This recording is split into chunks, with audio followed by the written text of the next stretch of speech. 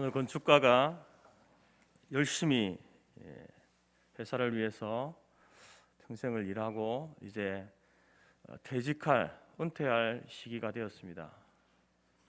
그런데 이제 그 회사의 사장이 퇴직을 앞두고 있는 그 사람에게 마지막으로 집 한 채를 지어달라고 이렇게 요청을 합니다.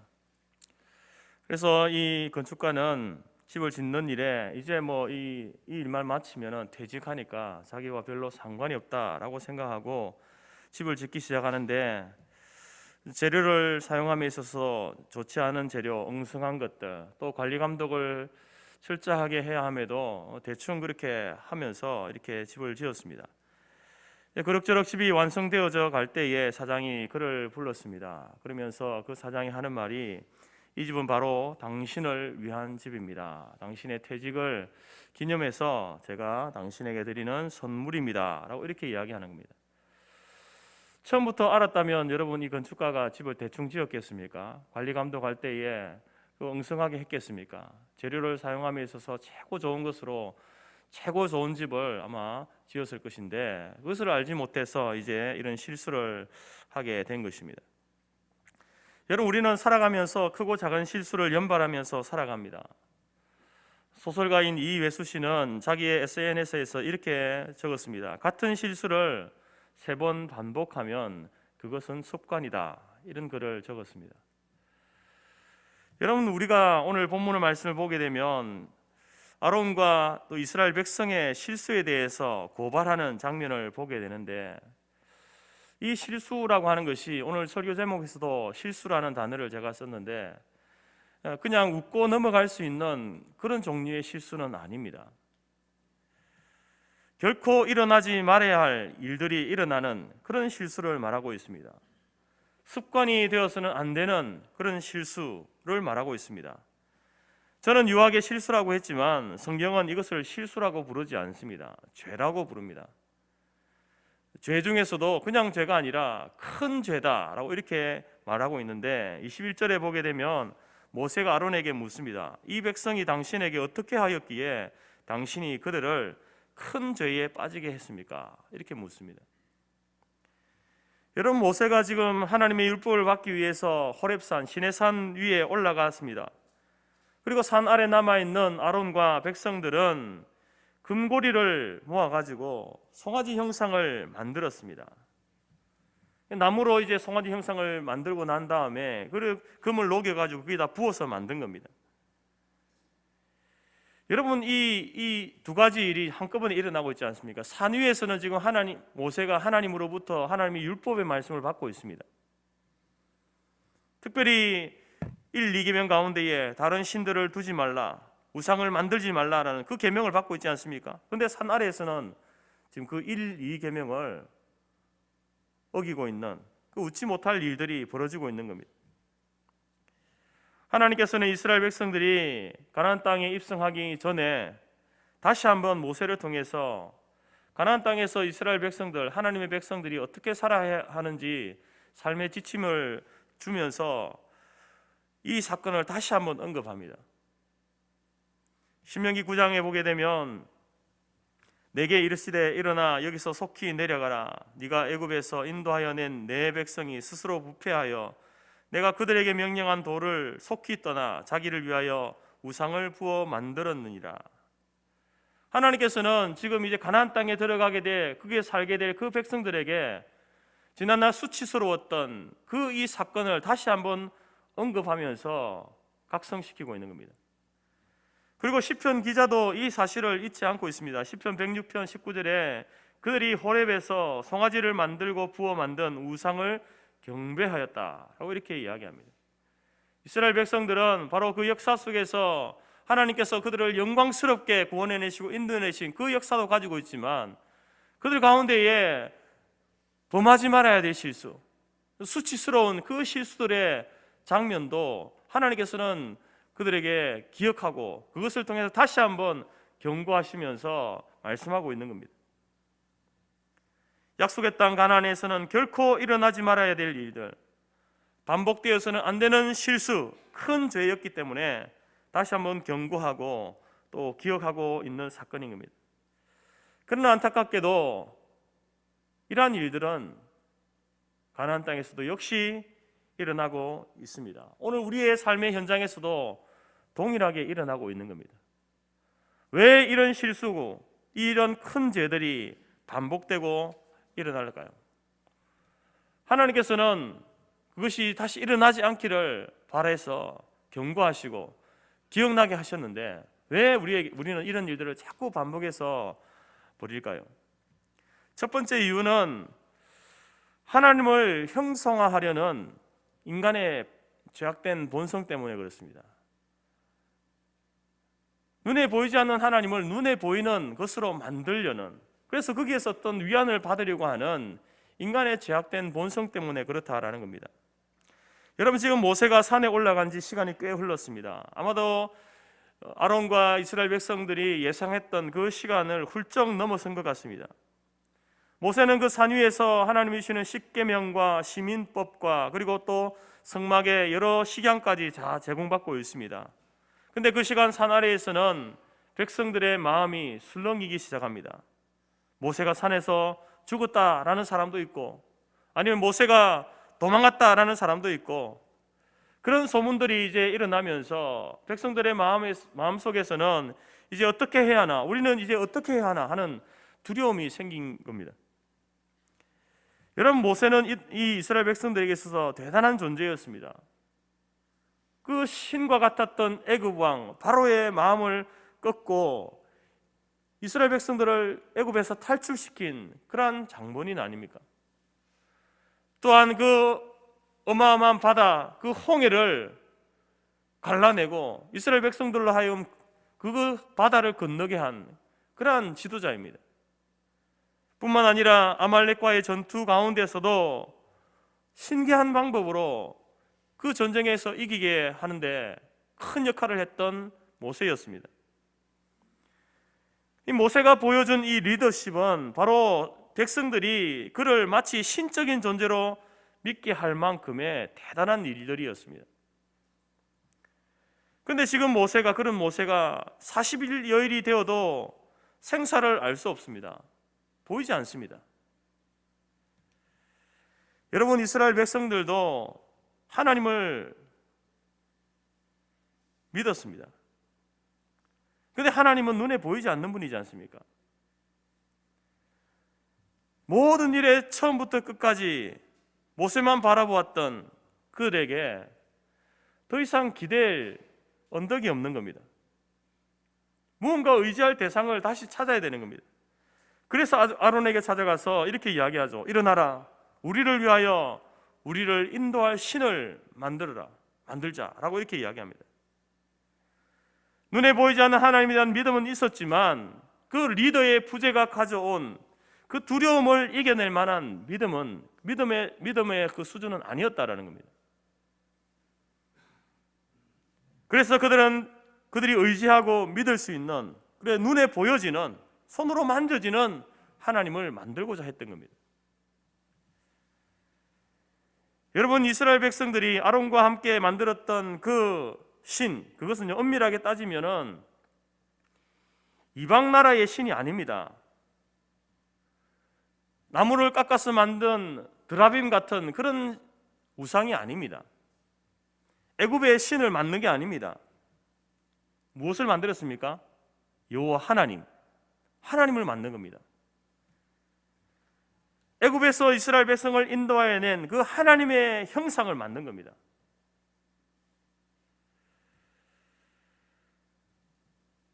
여러분, 이 출애굽과 홍해 사건, 그 초유의 사건을 경험했던 이스라엘이었지만 이들은 아직 유아적인 그러한 신앙의 상태에 있음을 보게 되는 겁니다. 그래서 반복해서는 안 되는 그 실수, 큰 죄를 범하고 있는 것이죠. 여러분, 눈에 보이지 않는 그 하나님을 형성화해서 가까이 두려는 마음은요, 이스라엘 백성들에게만 있는 마음이 아닙니다. 모든 시대, 모든 사람들에게 있는 그런 마음이다라는 겁니다. 바알과 아세라 신상, 그리스 신화에 나오는 다양한 신들, 우리나라 토속 종교에서 보여지는 형상화된 것들, 이러한 것들을 보게 되면 사람들의 마음속에는 의지할 만한 무언가를 찾고자 하는 그런 마음이 있다는 것이죠. 눈에 보이지 않는 하나님을 눈에 보이는 형상화시켜서 그것을 의지하고 그것을 기다리는 마음이 그 속에 있다라는 겁니다.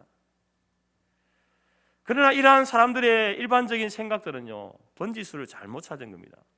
큰 실수를 하는 것이죠.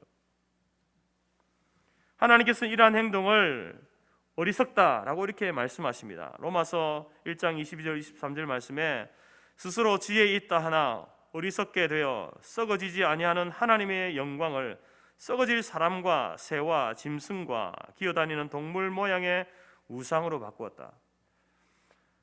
여러분, 이 썩어지지 않은 하나님 형상, 눈에 보이지 않는 그 하나님을 썩어지는, 눈에 보이는 그것으로 만드는 일들이 얼마나 어리석은 것인지에 대해서 말씀하고 있는 것이죠. 이처럼 여러분, 인간은 이러한 하나님의 형상을 만들겠다, 그 형상을 통해서 내가 위안을 받겠다, 하나님이 내게 가까이 있다라는 것을 이것을 통해서 느끼겠다라고 생각하는 것은요, 참으로 어리석은 인간의 질 낮은 행동입니다.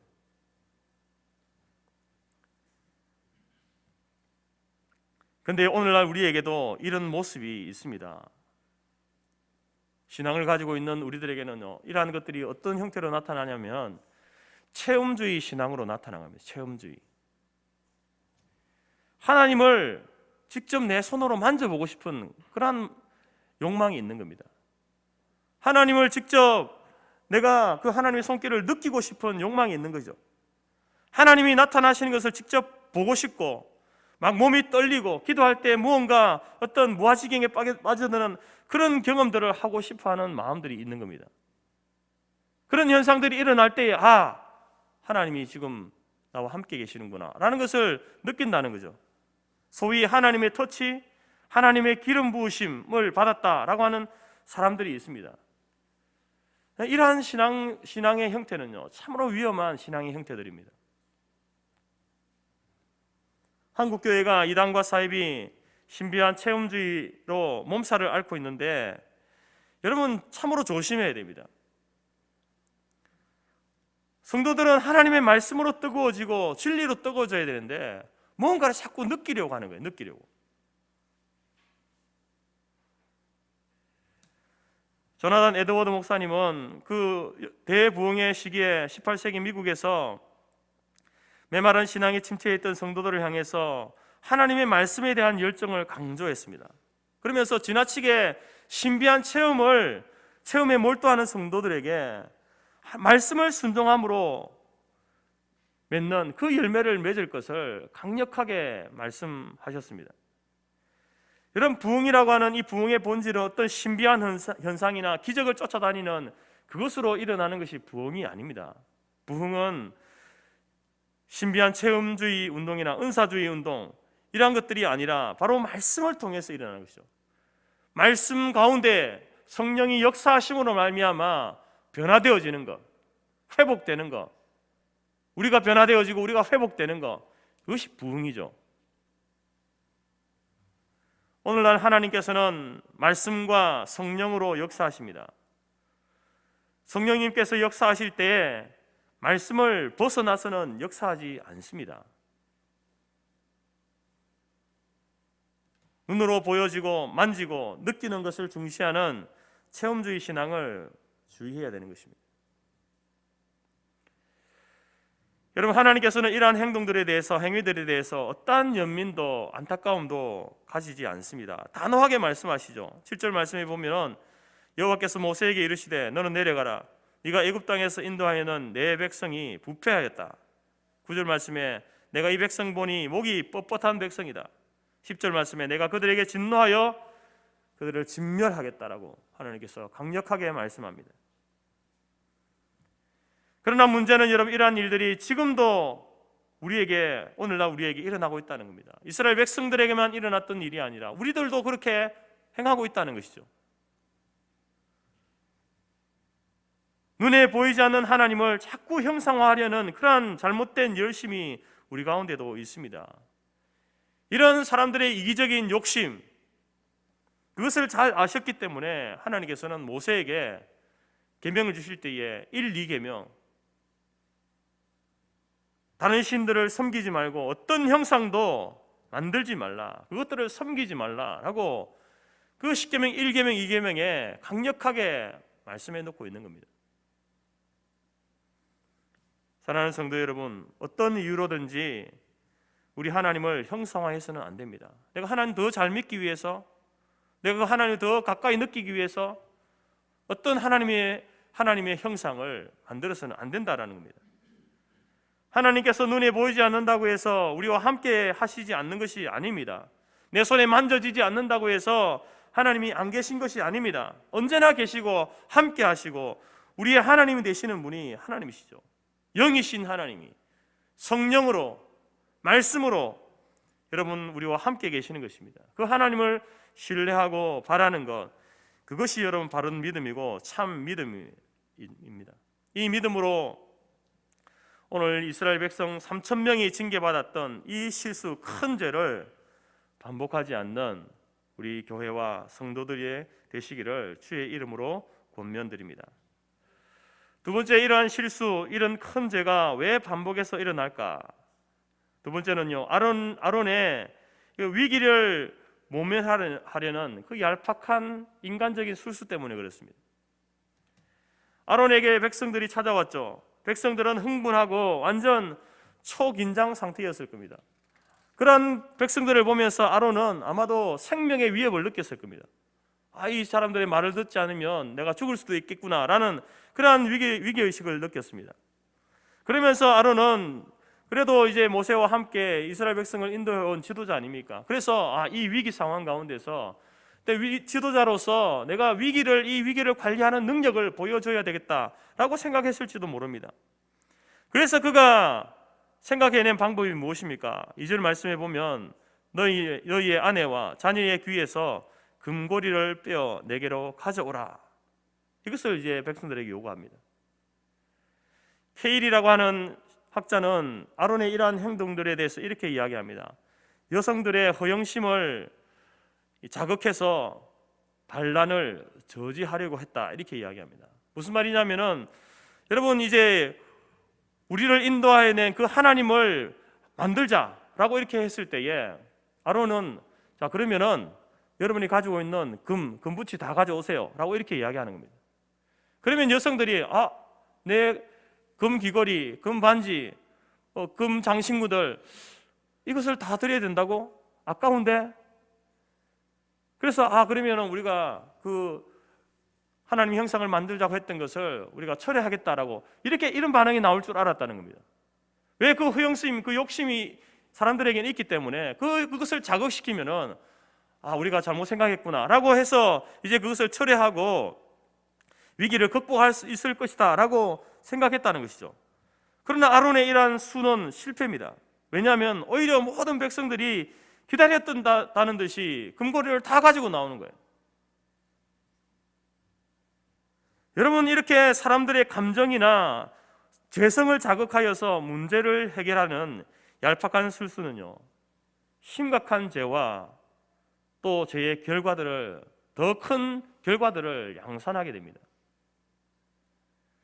여러분, 우리가 이제 출애굽기를 계속 묵상하면서 모세를 한번 보시죠. 모세는 어떻게 위기가 왔을 때 어떻게 대처했습니까?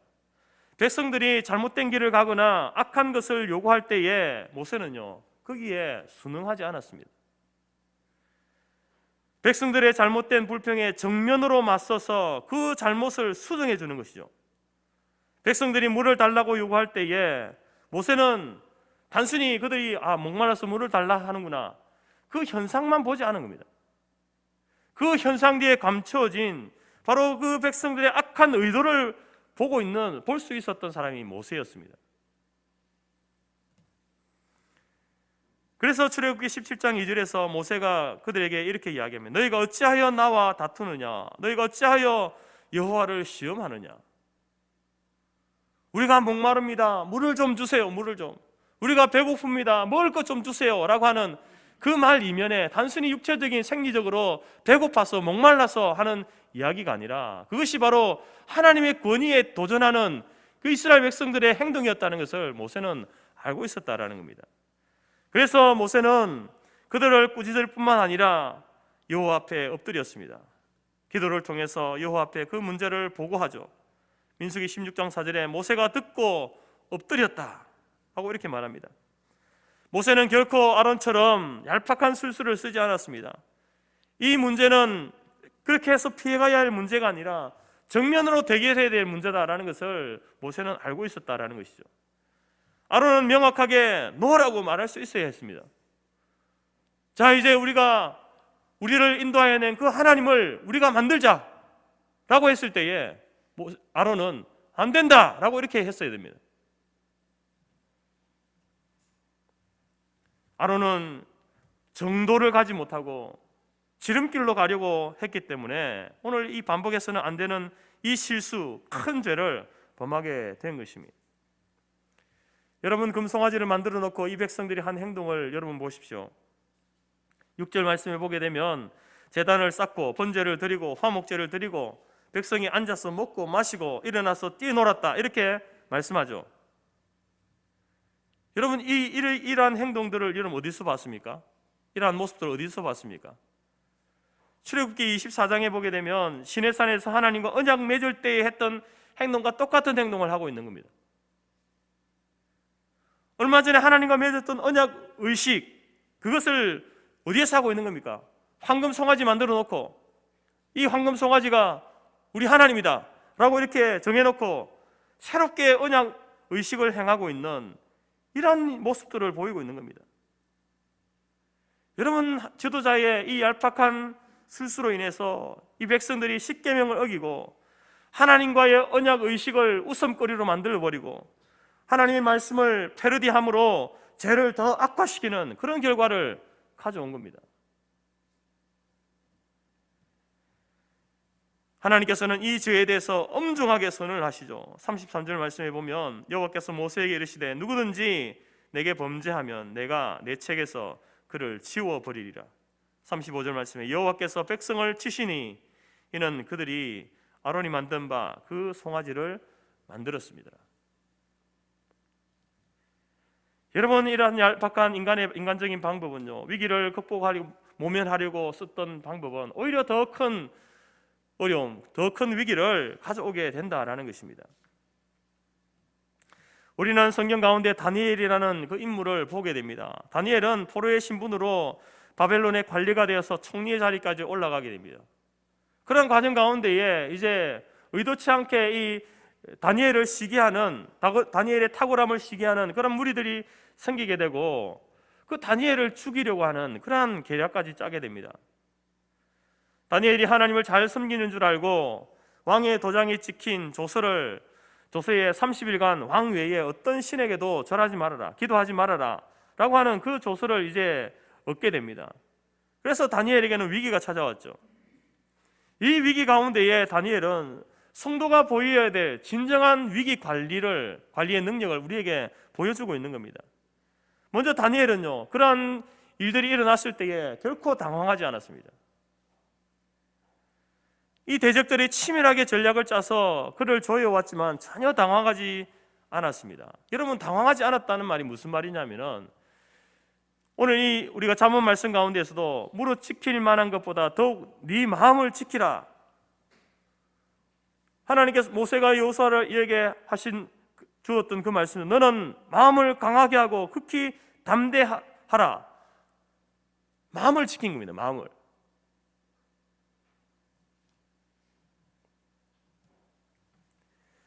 여러분, 우리에게는 좋지 않은 일들, 위기의 일들, 좋지 않은 소문들 이 우리에게 들려올 때가 있습니다. 병원에서 좋지 않은 진단을 받았을 때에도 마음속에 여러 염려와 근심이 일어날 때에, 경제적으로 어려움을 겪을 때에, 앞날이 보이지 않을 때에 그런 위기의 일들이, 순간들이 많지 않습니까? 그러한 때에 여러분 당황하지 않아야 됩니다. 마음을 지켜야 됩니다. 좌우로나 우로나 치우치면 안 되는 겁니다. 여러분, 다니엘은 바로 그러한 자기를 죽이려고 하는 그러한 위기 속에서 결코 당황하지 않았습니다. 그러면서 다니엘은 가장 중요한 것을 지켜내는데요, 하나님께 기도하지 말라라는 왕의 조서 아닙니까?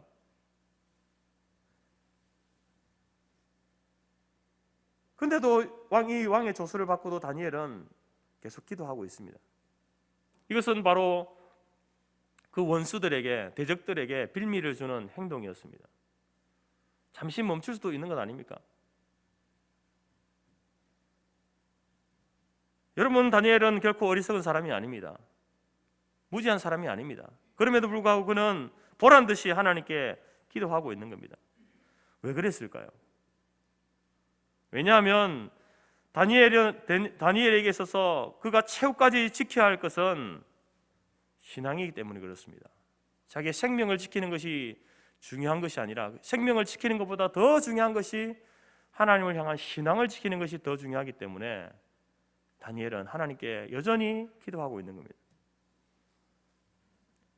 그는 죽기를 각오하고 신앙을 지켰습니다. 다니엘에게서 신앙은 옵션이 아닙니다. 나한테 위기가 왔을 때, 어려움이 왔을 때 도움 받기 위한 그런 옵션이 아닙니다. 내가 변할 때, 나에게 손해가 올 때는 잠시 뒤로 숨겨뒀다가 또 나에게 이득이 될 때는 앞으로 드러내는, 그게 신앙이 아니다라는 겁니다. 여러분, 신앙인은요, 신앙 잃으면 서서히 모든 것을 다 잃게 됩니다. 그러나 신앙을 지키면 절대로 망하지 않습니다. 신앙은 나무의 뿌리와 같은 것이죠. 자동차의 엔진과 같은 것입니다. 우리 몸의 심장과 같은 것입니다. 이것을 견고하게 유지하면요, 우리의 신앙을 견고하게 유지하면 어떤 위기가 와도 우리는 넘어지지 않는다라는 겁니다. 그리고 다니엘은 기도했습니다. 예루살렘을 향해서 창문을 열어놓고 하루 3번씩 기도했습니다. 아니, 기도를 하더라도 이런 상황 속에서는 문을 닫고 좀 기도하면 좋은데 여전히 문을 열고 그렇게 기도하는, 사람들 다 들으라고 그렇게 기도하는 겁니다. 여러분, 우리가 성경을 보게 되면 이러한 기도의 중요성을 강조하고 우리에게 명령하고 있지 않습니까? 특별히 위기 때에 더욱 강력하게 기도하라고 요구합니다. 환난 날에 나를 부르라. 내가 너를 건지리라. 네가 나를 영화롭게 하리라. 너희 중에 고난당하는 자가 있느냐? 저는 기도할 것이요. 여러분, 기도는 나의 능력이 아니라 하나님의 능력을 구하는 것이죠. 내가 힘이 없으니까, 내가 능력이 없으니까, 내 힘으로 내 능력으로는 안 되니까 하나님 도와주세요 하는 게 기도 아닙니까? 그래서 우리가 기도하면 하나님의 능력이 우리를 강하게 만들어주는 겁니다. 우리가 기도하면 그 위기를 벗어날 수 있는 지혜를 하나님께서 주시는 거예요. 하나님의 지혜를 우리에게 주시는 겁니다. 여러분, 이 종이 한 장이 얼마나 약한 겁니까? 쉽게 찢어지는 겁니다. 그러나 이 종이를 100장으로 한 묶음으로 묶어 놓으면 여러분 쉽게 찢어집니까? 더한 것을 이 종이를 여러분 반석에다가 돌에다가 붙여놓고 찢으려고 해보십시오. 찢어집니까? 돌을 폭파시키지 않고는 종이가 찢어지지 않습니다. 하나님께서는 우리의 반석이 되십니다.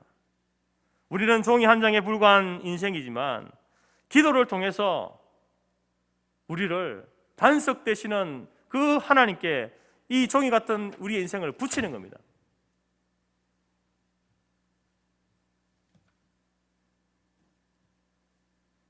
그렇게 진실한 그리스도인들에게는요, 위기가 없는 거예요.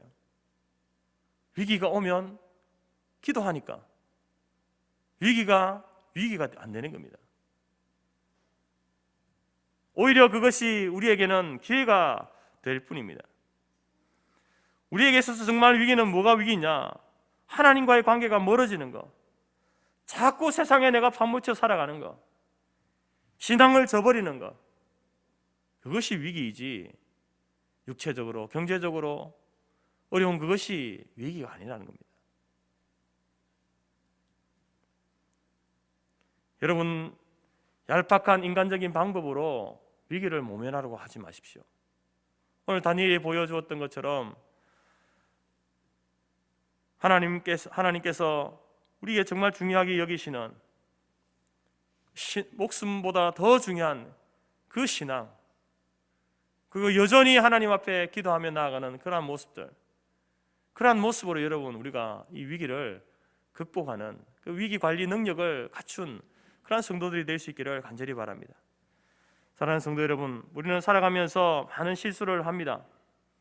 그 가운데는 반복해서는 안 되는 실수, 오늘 이스라엘 백성과 아론이 보여준 이러한 실수도 있습니다. 영으로 존재하는 그 하나님을 형상화해서 웃음거리로 만드는 어떤 일에도 가담하지 마시기 바랍니다. 물질을 신격화하고 돈이면 무엇이든지 다 된다고 말하는 그러한 가치관, 돈, 명예, 인기를 하나님과 같은 위치에 두거나 더 높이 두는 행동들을 지양해야 합니다. 체험주의 신앙보다 말씀 중심의 신앙을 끝까지 유지하시기 바랍니다. 그러면 이런 실수를 반복하지 않을 수 있습니다. 문제가 있을 때에 얄팍한 인간적인 방법으로 위기를 모면하기보다는 믿음의 정도를 걸어가시기 바랍니다. 하나님께서 하지 말라고 한 것에 대해서 우리도 분명하게 노라고 말할 수 있어야 됩니다. 하나님께서 하라고 하신 일에 대해서는 바보스러울 정도로 예라고 말할 수 있어야 됩니다. 위기 때에 여러분의 마음을 지키시고 신앙을 지키고 기도로 하나님께 맡겨서 하나님 주시는 능력으로 위기를 기회로 바꾸어가는 역전의 용사들이 다 될 수 있기를 간절히 바랍니다.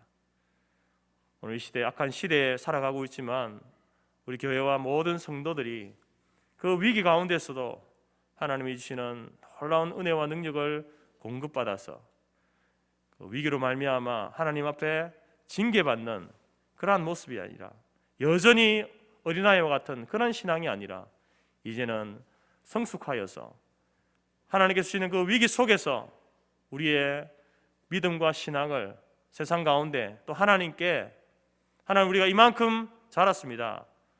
그것을 드러내고 나타내 보일 수 있는 그러한 교회로 그러한 성도의 모습으로 하루하루 한 주간 또 이 한 달 올 한 해를 살아갈 수 있는 우리 모든 교회와 성도들이 될 수 있기를 간절히 바랍니다. 기도하겠습니다. 하나님 감사합니다.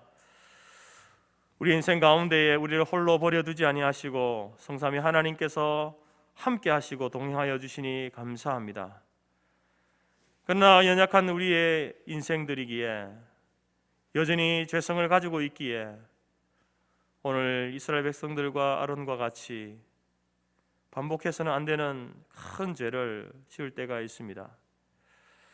하나님, 우리의 연약함과 허물을 아시오니 우리를 붙들어 주옵소서. 특별히 날마다 주의 말씀으로 우리의 신앙의 상태들을 점검하게 하시고 지금 내가 가고 있는 길이 하나님께서 원하시는 그 길인지 아니면 세상의 편리를 따라 가고 있는 길인지 잘 분별하게 하셔서 하나님 오늘도 우리가 그 믿음의 길 위에 정도를 걸어갈 수 있도록 하나님 도와주옵소서.